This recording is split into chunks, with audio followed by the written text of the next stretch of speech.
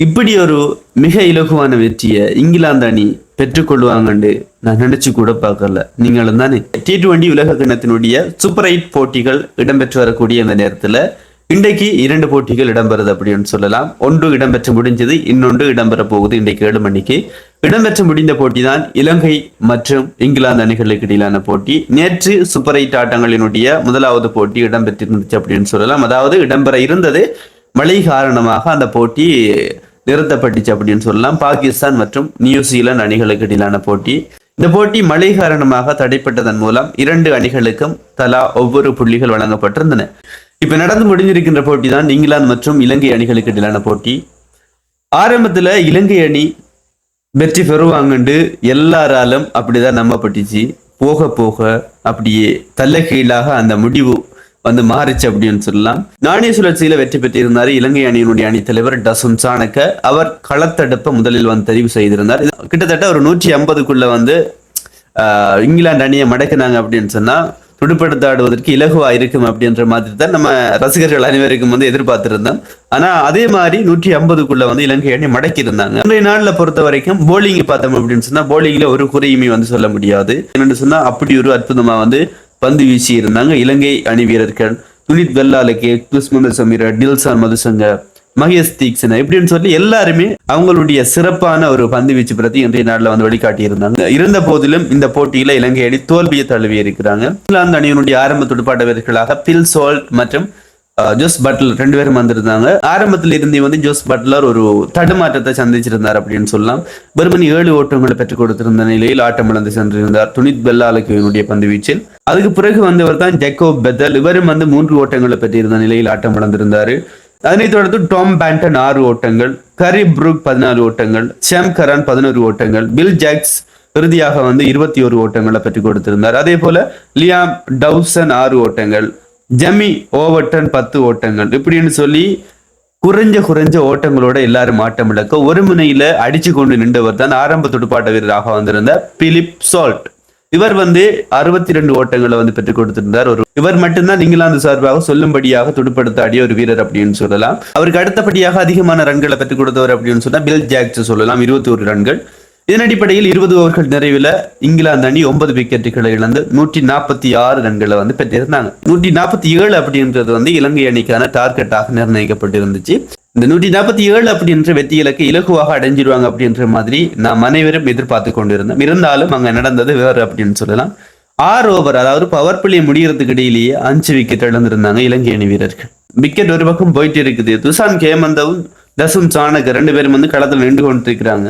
இவங்க 2 பேரும் ஒரு பார்ட்னர்ஷிப்பை கொடுத்து இலங்கை அணியை வெற்றி பாதைக்கு கொண்டு போவாங்க அப்படின்ற மாதிரி எதிர்பார்க்கப்பட்டது. ஆனா துஷான் கேமந்த ஒரு பிடியெடுப்பை கொடுத்து ஆட்டம் இழந்திருந்தாலும் பரவாயில்ல, பெட்டால விக்கெட்டுக்கு அடிச்சு போட்டு ஆட்டம் இழந்து என்ன சொல்றது. அதுக்கு பிறகு டசுன் சாணக்கு களத்துல நிற்கும் வரைக்கும் இலங்கை அணி வெற்றியை பெறுவாங்க அப்படின்ற மாதிரி எதிர்பார்த்திருந்தாலும் ஆனா அங்க வெற்றி இலக்கை அடைய முடியாமல் போய்விட்டது அப்படின்னு சொல்லலாம். பில் ஜாக்ஸ், அடுத்தது ஜோஃப்ரா ஆர்ச்சர், இவங்க 2 பேரும் சேர்ந்து பவர் பிள்ளையை வந்து வீசி இருந்தாங்க. இந்த பவர் பிள்ளைக்குள்ளேயே இவங்க 2 பேரும் 5 விக்கெட்டுகளை கைப்பற்றி இருந்தாங்க அப்படின்னு சொல்லலாம்.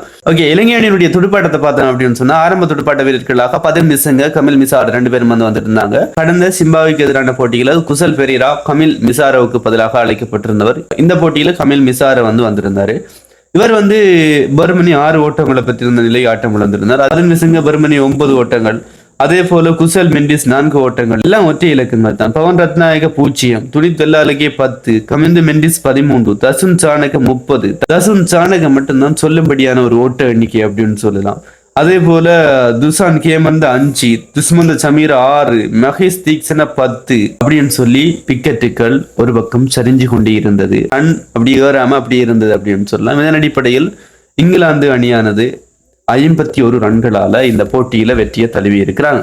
இங்கிலாந்து அணியினுடைய பந்து வீச்சை பார்த்தோம்னு சொன்னா ஜோஃப்ரா ஆர்ச்சர் 3 ஓவர்கள் பந்து வீசி 2 விக்கெட்டுகளையும், பில் ஜாக்ஸ் 4 ஓவர்கள் பந்து வீசி 3 விக்கெட்டுகளையும், லியாம் டவுசன் 4 ஓவர்கள் பந்து வீசி 27 ஓட்டங்களுக்கு 2 விக்கெட்டுகளையும், அடில் ரஷீத் 4 ஓவர்கள் பந்து வீசி 13 ரன்களை விட்டுக் கொடுத்து 2 விக்கெட்டுகளையும், ஜெமி ஓவர்டன் 2 ஓவர்கள் பந்து வீசி 13 ரன்களுக்கு 1 விக்கெட்டையும் கைப்பற்றி இருந்தார்கள். இதன் அடிப்படையில் இங்கிலாந்து அணி ஒரு மிக இலகுவான வெற்றி என்று தான் சொல்லணும். 17வது ஓவரிலே இங்கிலாந்து அணியானது வெற்றியினை பெற்றுக் கொண்டிருக்கிறாங்க. அதாவது 17வது ஓவர் போயிட்டு இருக்கக்கூடிய இலங்கை அணியானது அனைத்து விக்கெட்டுகளையும் இழந்து விட்டது அப்படின்னு சொல்லலாம். இது ரசிகர்களுக்கு, அதாவது இலங்கை அணியினுடைய ரசிகர்களுக்கு ஒரு மிகப்பெரிய ஏமாற்றம் என்று சொல்லலாம். இலங்கை அணியானது ஒரு போட்டியில பெட்டிங் நல்லா செய்வாங்க, இன்னொரு போட்டியில பந்து வீச்சை சொதப்புவாங்க.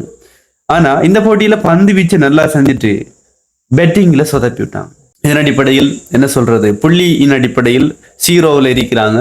அடுத்ததாக இங்கிலாந்துக்கு 2 புள்ளிகளை பெற்று அந்த குரூப் 2வது குரூப்ல வந்து 1வது இடத்துக்கு போயிருக்கிறாங்க. பாகிஸ்தான், நியூசிலாந்து 1 புள்ளிகளோட 2வது 3வது இடத்திலையும் இருக்கிறாங்க அப்படின்னு சொல்லலாம். இலங்கை அணியானது இன்னும் 2 போட்டிகள் இருக்குது பாகிஸ்தான் மற்றும் நியூசிலாந்து அணிகளோட. அந்த போட்டியில ஜெயிச்சாலும் 4 புள்ளிகள் அப்படின்னு சொல்லலாம். மற்ற அணிகளும் தோக்குற பட்சத்துல தான் இலங்கை அணியானது அரையிறுதிக்குள்ள போறதுக்கான வாய்ப்புகள் இருக்கும் அப்படின்னு சொல்லலாம். இந்த போட்டியில வெற்றி பெற்றிருந்தாங்க அப்படின்னு சொன்னா அரையிறுதிக்கு போறதுக்கான வாய்ப்பு இருந்திருக்கும் அப்படின்னு சொல்லலாம். இப்பயும் இருக்குத்தான், இருந்தாலும் மற்ற போட்டிகள், மற்ற அணிகளினுடைய போட்டிகள் எப்படி முடிவடையுது அப்படின்றத பொறுத்து தான் இலங்கை அணியானது அரையிறுதிக்குள்ள போவாங்களா இல்லையா அப்படின்றத நம்ம பொறுத்திருந்து பார்க்கலாம்.